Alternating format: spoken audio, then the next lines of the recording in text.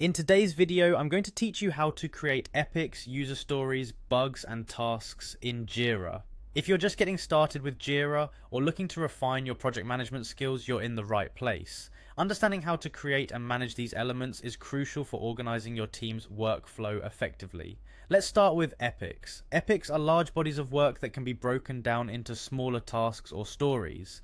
To get started, navigate to your project in Jira. Once you are in your project, look for the Create button, which is usually located at the top of your screen. Click that and a window will pop up. Here, you'll get to choose the type of issue you want to create. For an epic, select Epic as the issue type. This selection helps in categorizing the body of work correctly. Now, it's time to fill out the details. Provide a comprehensive summary and description of the epic. These fields help everyone on your team understand the goal and scope of the epic. You can also fill in other fields that are relevant to your project to give additional context or requirements if needed. Next, let's dive into user stories, which are essential for defining functionalities from an end user perspective.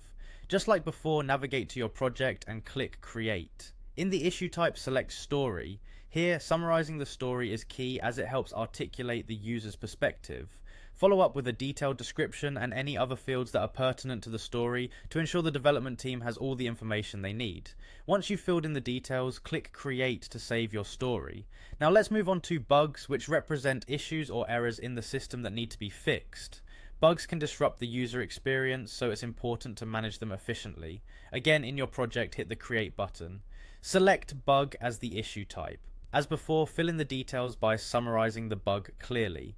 A precise summary will help in recognizing the issue swiftly, and a detailed description will provide context to the team responsible for its resolution. Once you've entered all the information, click Create.